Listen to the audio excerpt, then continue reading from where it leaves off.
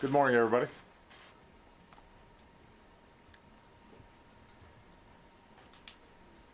Today, the United States and our armed forces continue to lead the global coalition in our mission to destroy the terrorist group ISIL.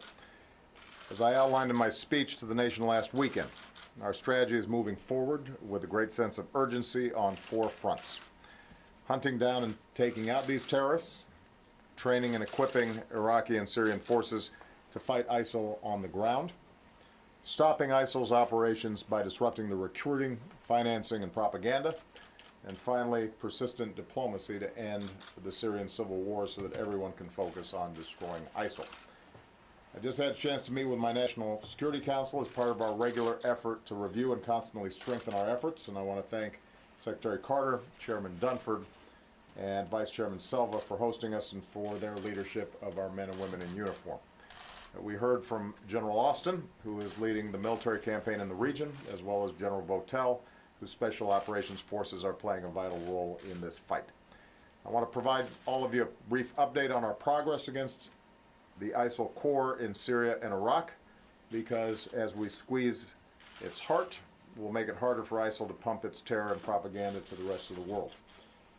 This fall, even before the revolting attacks in Paris and San Bernardino, I ordered new actions to intensify our war against ISIL. These actions, including more firepower and special operations forces, are well underway.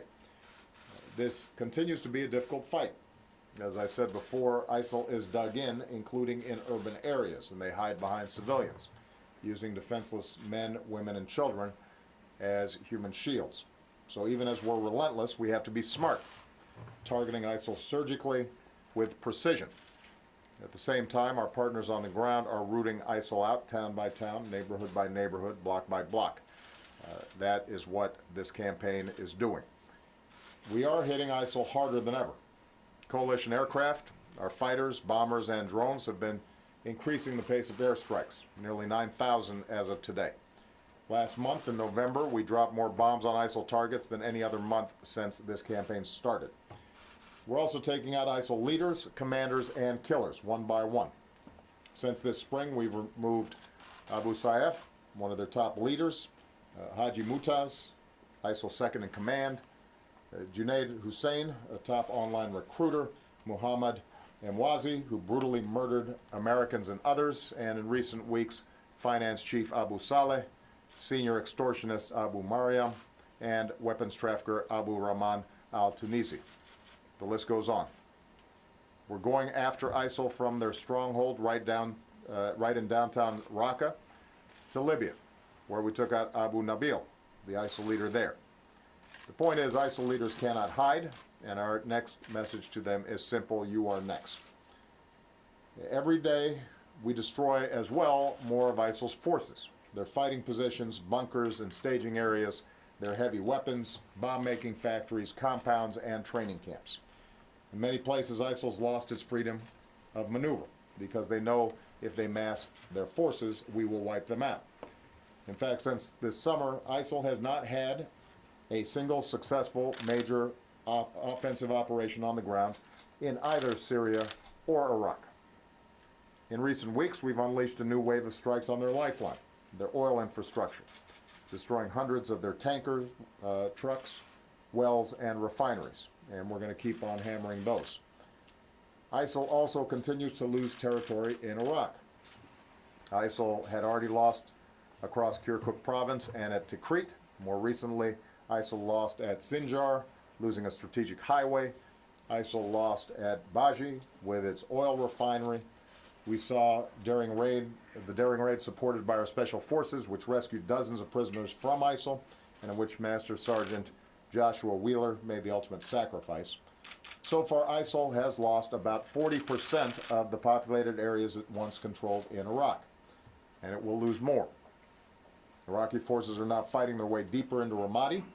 They're working to encircle Fallujah and cut off ISIL supply routes into Mosul. Again, these are urban areas where ISIL is entrenched. Our partners on the ground face a very tough fight ahead, and we're going to continue to back them up with the support that they need to ultimately clear ISIL from Iraq. ISIL also continues to lose territory in Syria. We continue to step up our air support and supplies to local forces, Syrian Kurds, Arabs, Christians, Turkmen, and they are having success. After routing ISIL at Kobani and Tal Abyad, they've pushed ISIL back from almost across the entire border region with Turkey, and we're working with Turkey to seal the rest. ISIL's lost thousands of square miles of territory it once controlled in Syria, and it will lose more. The special forces that I ordered to Syria begun supporting local forces they push south, cut off supply lines, and tighten the squeeze on Raqqa. Meanwhile, more people are seeing ISIL for the thugs and the thieves and the killers that they are. We've seen instances of ISIL fighters defecting. Others who've tried to escape have been executed, and ISIL's reign of brutality and extortion continues to repel local populations and help fuel the refugee crisis. So many people are migrating, said one Syrian refugee. ISIL, she said, will end up all alone. All this said, we recognize that progress needs to keep coming faster. No one knows that more than the countless Syrians and Iraqis living every day under ISIL's terror, as well as the families in San Bernardino and Paris and elsewhere who are grieving the loss of their loved ones. Just as the United States is doing more in this fight, just as our allies, France, Germany, and the United Kingdom, Australia, and Italy are doing more, so must others. And that's why I've asked Secretary Carter to go to the Middle East. He'll depart right after this press briefing to work with our coalition partners on securing more military contributions to this fight. On the diplomatic front, Secretary Kerry will be in Russia tomorrow as we continue to work as part of the Vienna process to end the Syrian civil war.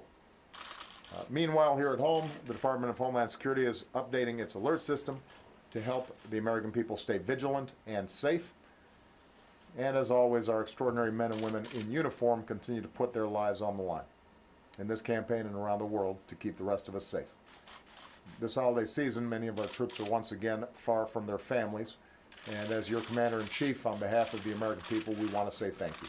We are grateful and we are proud for everything that you do.